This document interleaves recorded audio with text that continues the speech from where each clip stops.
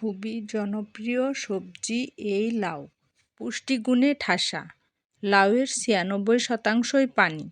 ফলে নিয়মিত লাউ খেলে আমাদের পেট, শরীর ও মস্তিষ্ক থাকে ঠান্ডা। যারা ওজন কমানোর কথা ভাবছেন তারা নিশ্চিন্তে খেতে পারেন লাউ। কোষ্ঠকাঠিন্য, অর্শ, পেট ফাঁপা প্রতিরোধ করতে সাহায্য করে লাউ। কিডনির কার্যক্ষমতা বৃদ্ধি পায় নিয়মিত লাউ খেলে।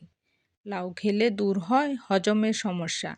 লাউয়ে থাকা পটাশিয়াম ও ফাইবার রক্তচাপ নিয়ন্ত্রণে রাখার পাশাপাশি হৃদরোগের ঝুঁকি কমাতে সাহায্য করে।